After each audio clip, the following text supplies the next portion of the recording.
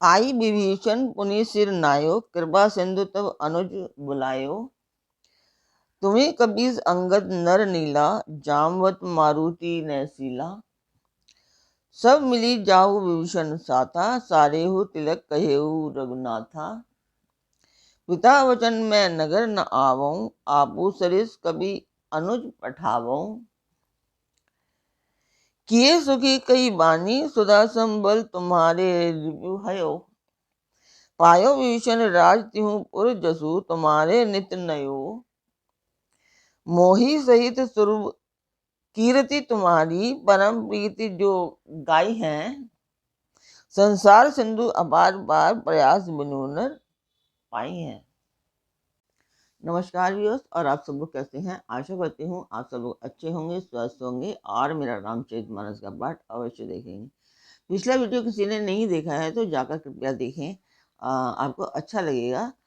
लंका कांड पाठ अब समाप्ति की ओर है और उत्तराखंड पाठ अब शुरू होगा आगे। तो आज सबसे पहले मैं एक चीज़ कहना चाहती हूँ कि कुछ वीडियोस आए हैं, कुछ फोटोज मैंने देखी हैं जो उसमें श्री राम को नरेंद्र मोदी के बराबर दिखाया गया है या नरेंद्र मोदी से छोटा दिखाया गया है, या फिर ऐसा कह सकते हैं हम कि नरेंद्र मोदी श्री राम को हाथ पकड़कर लेकर के आ रहे हैं। तो जब नरेंद्र मोदी पैदा भी नहीं हुए थे, श्री राम तो तब से थे, फिर वो हाथ पकड़ के कैसे लेकर के आए? ये तो विवाद का विषय है। तो आजकल सभी विवादों के, ये नरेंद्र मोदी और बीजेपी सभी विवादों के घेरे में है। तो और एक चीज़ मैं कहना चाहती हूँ कि क्या नरेंद्र मोदी जो हमारे धर्माचार्य हैं उनसे भी बड़े हो गए क्या? धर्माचार्य को भी नहीं बुलाते, उनको निमंत्रण भी नहीं भेजते, ऐसा हो गया क्या? जो और शायद मैं एक ही बार एक ही वीडियो में सारी चीज़ें कह रही हूँ। हम लोग जॉब करते हैं तो हमें बेशक पूजा के लिए जाना पड़े या किसी भी काम के लिए जाना पड़े, हम छुट्टी लेकर के जाते हैं। हो सकता है कि हमारी छुट्टी बैलेंस हो तब हमारी छुट्टी नहीं कटती हैं, और हमारी छुट्टी बैलेंस ना हो तो हमारी छुट्टी कट जाती है, हमारे पैसे कट जाते हैं। क्या नरेंद्र मोदी छुट्टी लेके गए हैं? मैं एक चीज़ कहना चाहती हूँ कि जब सभी सरकारी नौकर हैं तो मोदी जी भी नौकर हैं, कोई इनकी बपौती तो है नहीं इंडिया। तो क्या वो छुट्टी लेकर के गए हैं? और सिर्फ ये जो 22 तारीख का जो प्रोग्राम है सिर्फ एक बीजेपी का और आरएसएस का मुद्दा है। कृपया इस बहकावे में ना आए। राम मंदिर बन रहा है, बहुत अच्छी बात है, हम भी राम के प्रिय हैं। मैं रामचरितमानस पढ़ रही हूँ क्योंकि राम मेरे प्रिय हैं, इसलिए मैंने रामचरितमानस पढ़ने की सोची है। अदरवाइज शायद मैं सोचती भी नहीं। अगर ऐसा कुछ ना होता तो मैं कोई दूसरा ग्रंथ तो पढ़ने की सोच नहीं रही ना, रामचरितमानस पढ़ने का सोचा मैंने। तो यही कहना था मुझे। तो सिर्फ बहकावे में अपनी वोट बैंकिंग बनाने के लिए ये सब किया जा रहा है।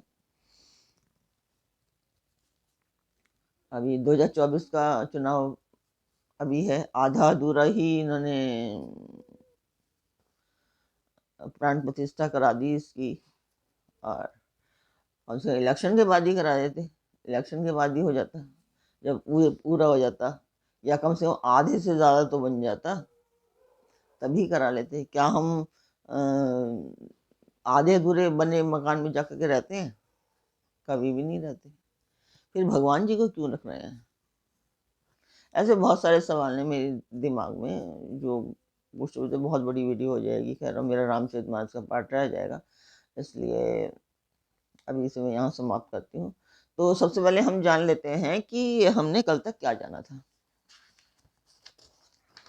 कल तक था कि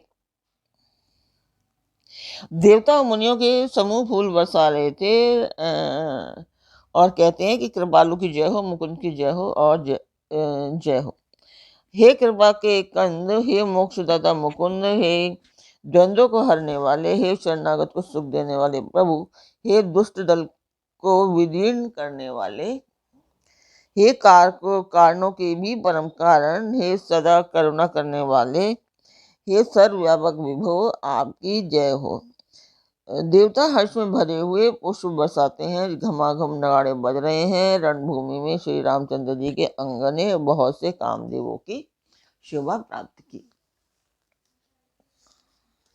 मैं कभी भी एक इंसान हूँ, कॉमन से इंसान हूँ, मैं कभी भी रामचरितमानस पढ़ रही हूँ तो कभी भी अपने आप को बड़ा दिखाने की कोशिश कभी भी नहीं की कि मैं पढ़ रही हूँ तो मैं बहुत ज़्यादा वो हूँ, ऐसा कुछ नहीं की कोशिश की है मैंने, और ना कभी करूँगा। अगर मैं मेरे सब्सक्राइबर बहुत ज़्यादा भी हो गए तब भी मैं ऐसी कोशिश बिल्कुल नहीं करूँगी। सिर पर जटाओं का मुकुट है, जिसमें बीच बीच में अत्यंत मनोहर पुष्प शोभा दे रहे हैं, मानो नीले पर्वत पर बिजली के समूह सहित नक्षत्र सुशोभित हो रहे हैं। श्री राम जी अपने भुजदंडों से बाण और धनुष फिरा रहे हैं।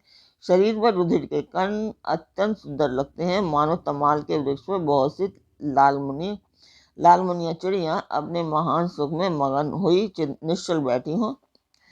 पति की यह दशा देखकर वे मंदोदरी पुकार पुकार कर रोने लगी और उनके बाजू खुल गए, देह की संभाल नहीं रही। वे अनेकों प्रकार से छाती पीटती हैं और रोती हुई रावण के प्रताप का बखान करती हैं। वे कहती हैं, हे नाथ, तुम्हारे बल से पृथ्वी सदा कांपती रहती थी। अग्नि, चंद्रमा और सूर्य तुम्हारे सामने तेजहीन थे। शेष और कश्यप भी जिनका भार नहीं सह सकते थे।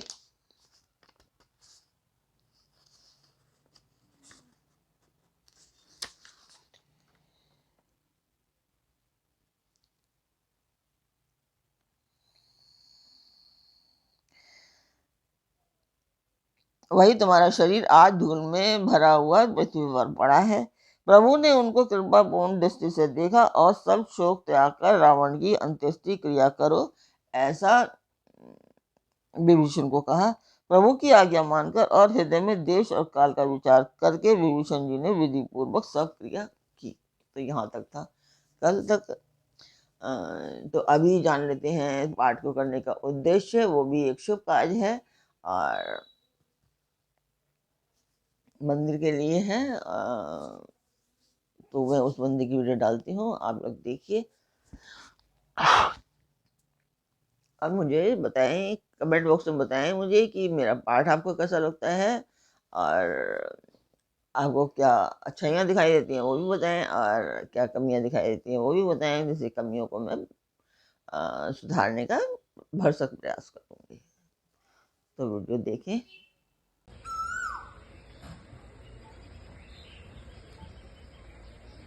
तो मंदिर की वीडियो आपने देखी, आपको वो कैसी लगी? स्वागत करती हूँ मैं आप सभी का अपने इस कार्यक्रम रामचरितमानस के लंका कांड पाठ में। तो अब शुरू करते हैं आज का पाठ।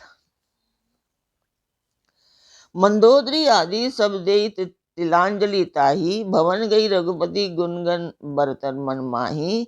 मंदोदरी आदि सब स्त्रियां उसे रावण को तिलांजलि देकर मन में श्री रघुनाथ जी के गुण समूह का वर्णन करती हुई महल को गईं। आई विभीषण पुनि सिर नायो, कृपा सिंधु तब अनुज बुलायो। तुम्हें कपीस अंगद नल नीला, जामवद मारुति नैसीला। सब मिली जाहु विभीषण साथा, सारेहु तिलक कहेहु रघुनाथा। पिता वचन मैं नगर न आवऊं, आपू सरिस कवि अनुज पठावऊं। सब क्रियाक्रम करने के बाद विभीषण ने आकर पुनः सिर नवाया। तब कृपा के समुद्र श्री राम जी ने छोटे भाई लक्ष्मण जी को बुलाया। श्री रघुनाथ जी ने कहा, तुम वानर राज सुग्रीव, अंगद, नल, नील, जामवान और मारुति सब नीति निपुण लोग मिलकर विभीषण के साथ जाओ और उन्हें राज तिलक कर दो। पिताजी के वचनों के कारण मैं नगर में नहीं जा सकता, पर अपने ही समान वानर और छोटे भाई को भेजता हूँ। तुरंत चले कभी सुनी प्रभु वचना, कीने जाई तिलक की रचना, सादर सिंहासन बैठारी, तिलक सारी स्तुति अनुसारी। प्रभु के वचन सुनकर वानर तुरंत चले और उन्होंने जाकर राज तिलक की सारी व्यवस्था की। आदर के साथ विभीषण को सिंहासन पर बिठाकर राज तिलक किया और स्तुति की। जोरी पानी सभई सिर नाये, सहित विभीषण प्रभु पहीं आए। तब रघुवीर बोली कवि कीली न, कही प्रिय वचन सुखी सब कीना।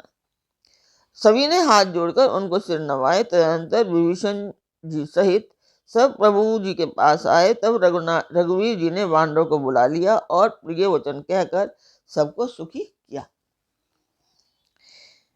किए सुखी कही बानी, सुधा संबल तुम्हारे भयो। पायो विभीषण राज तिहु, पुरुष जसु तुम्हारे नित नयो। मोहि सहित सुर शुभ कीर्ति तुम्हारी, परम प्रीति जो गाई हैं। संसार सिंधु अपार पार, प्रयास बिनु नर पाई हैं। भगवान ने अमृत के समान यह वाणी कहकर सबको सुखी किया कि तुम्हारे ही बल से यह प्रबल शत्रु मारा गया और विभीषण ने राज पाया। इसके कारण तुम्हारा यश तीनों लोकों में नित्य नया बना रहेगा। जो लोग मेरे सहित तुम्हारी शुभ कीर्ति को परम प्रेम के साथ गाएंगे, वे बिना ही परिश्रम इस अपार संसार सागर का पार पा जाएंगे। प्रभु के वचन श्रवण सुनी नहीं, आगाही कवि पुंज। बार बार सिर नवावही, गए ही सकल पद कंज। प्रभु के वचन कानों से सुनकर वानर समूह तृप्त नहीं होते। वे सब बार बार सिर नवाते हैं और चरण कमलों को पकड़ते हैं। पुनि प्रभु बोले लियऊ हनुमाना, लंका जाऊ कयऊ भगवाना। समाचार जानकी ही सुनावहु, ताहु कुशल ले तुम्हें चली आवहु। फिर प्रभु ने हनुमान जी को बुला लिया। भगवान ने कहा तुम लंका जाओ, जानकी को सब समाचार सुनाओ और उसका कुशल समाचार लेकर तुम चले आओ।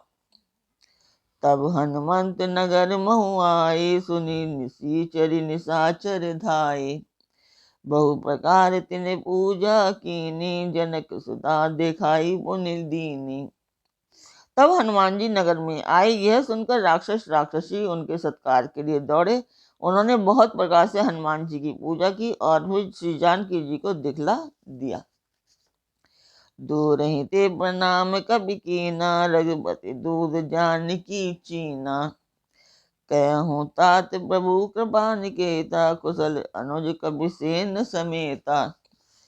हनुमान जी ने सीता जी को दूर से ही प्रणाम किया। जानकी जी ने पहचान लिया कि ये वही श्री रघुनाथ जी का दूत है और पूछा, हे तात कहो कृपा के धाम मेरे प्रभु छोटे भाई और वानरों की सेना सहित कुशल से तो हैं।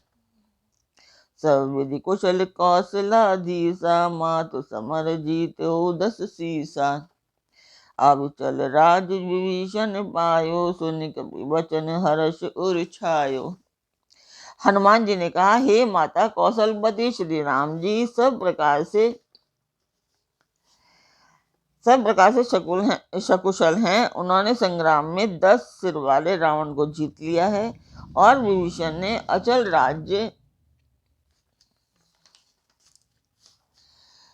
राज्य प्राप्त किया है। हनुमान जी के वचन सुनकर सीता जी के हृदय में हर्ष छा गया।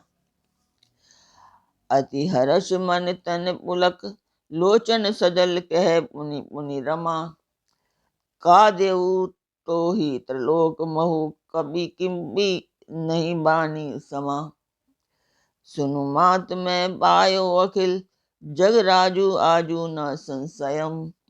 रणजीति त्रिपुदल बंधु जुत, पश्यामी राम मनामयम। श्री जानकी जी के हृदय में अत्यंत हर्ष हुआ। उनका शरीर पुलकित हो गया और नेत्रों में आनंद अश्रुओं का जल छा गया। वे बार बार कहती हैं कि हे हनुमान, मैं तुझे क्या दूं? इस वाणी के समान तीनों लोकों में और कुछ भी नहीं है। हनुमान जी ने कहा, हे माता सुनिए, मैंने आज निसंदेह सारे जगत का राज्य पा लिया। जो मैं रण में शत्रु सेना को जीत कर भाई सहित निर्विकार श्री राम जी को देख रहा हूं। सुन सुत सद्गुण सकल तब हृदय बसहु हनुमंत, सानुकूल कौशलपति रहूं समेत अनंत। जानकी जी ने कहा, हे पुत्र सुन, समस्त सद्गुण तेरे हृदय में बसे हैं और हे हनुमान शेष लक्ष्मण जी को कहा, सहित कौशलपति प्रभु सदा तुझ पर प्रसन्न रहे। अब सोई जतन करहु तुम ताता, देखो नयन श्याम मृदु गाता। तब हनुमान राम वही जाई, जनक सुता के कौशल सुनाई। हे तात, अब तुम वही उपाय करो जिससे मैं इन नेत्रों से प्रभु के कोमल श्याम शरीर के दर्शन करूं। तब श्री राम जी के पास जाकर हनुमान जी ने जानकी जी का कुशल समाचार सुनाया। सुनि संदेश भानु कुल भूषण, बोल लिए जुबराज विभीषण। मारुत सुत के संग सिधावहु, सादर जनक सुतहि किले आवहु। सूर्य कुलभूषण श्री राम जी ने संदेश सुनकर युवराज अंगद और विभीषण को बुला लिया और कहा, पवन पुत्र हनुमान जी के साथ जाओ और जानकी को आदर के साथ ले आओ। तुरत ही सकल गए जहाँ सीता से, वहीं सब निशिचरी विनीता।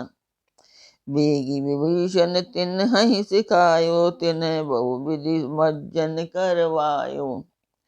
वे सब तुरंत ही वहां गए जहाँ सीता जी थी। सबकी सब राक्षसनियां नम्रता पूर्वक उनकी सेवा कर रही थी। विभीषण जी ने शीघ्र ही उन लोगों को समझा दिया। उन्होंने बहुत प्रकार से सीता जी को स्नान कराया। तो आज का पाठ यहीं तक। कल फिर मिलेंगे एक नए पाठ में। तब तक आप मेरा चैनल सब्सक्राइब कीजिए, लाइक कीजिए और शेयर कीजिए, और जो मैंने कहा है उन मेरी बातों पर अवश्य ध्यान दीजिए। ये हकीकत है। हो सकता है आज आप ना समझे हो, पर कल अवश्य समझेंगे।